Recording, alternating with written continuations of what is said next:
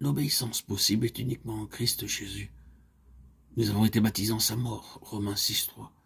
Nous avons revêtu Christ. En lui, il ne peut y avoir ni distinction, ni division, ni prévention, ni préférence.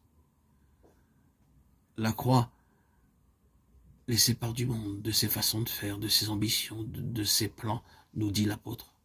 Par la croix, vous avez échappé aux rudiments du monde concernant la manière d'adorer Dieu, aux règles, aux injonctions, aux doctrines humaines, Colossiens 2, 20, 23.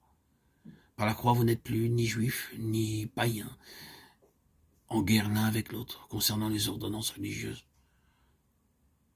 Dans la mesure où vous êtes planté avec Christ en sa mort, vous réalisez la puissance de la croix pour vous affranchir de toutes ces choses.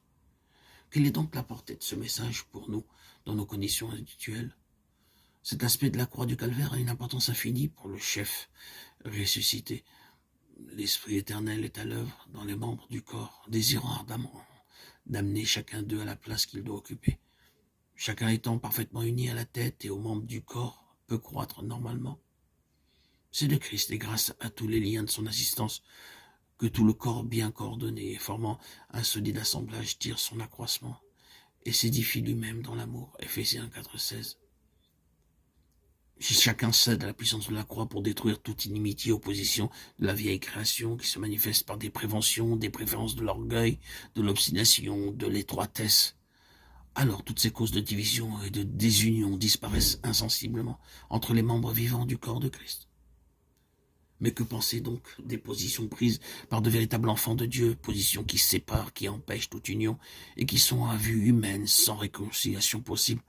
Comment ces brèches ouvertes dans le corps de Christ peuvent-elles être fermées? Spirituellement parlant, Ephésiens chapitre 2 donne la réponse.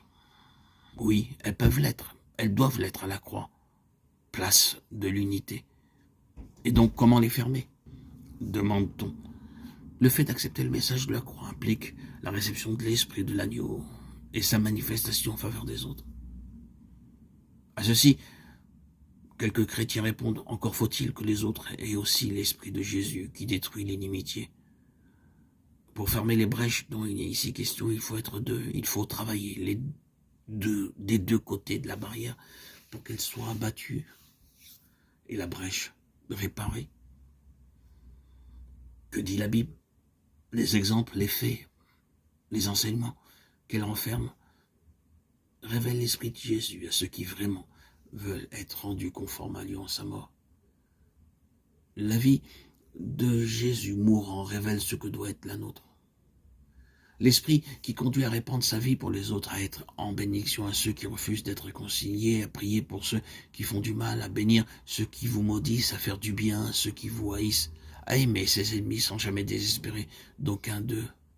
Bref, l'esprit conduit à agir pour les autres comme Christ a agi pour nous. Quand cloué au bois d'infamie, il fut comme un agneau au milieu d'une bande de loups. Tel est l'esprit de la croix. L'esprit de l'agneau, celui qui doit animer les rachetés. Et c'est d'ailleurs l'enseignement central du sermon sur la montagne qui donne les lois du royaume pour ceux qui en Jésus sont déjà dans le royaume.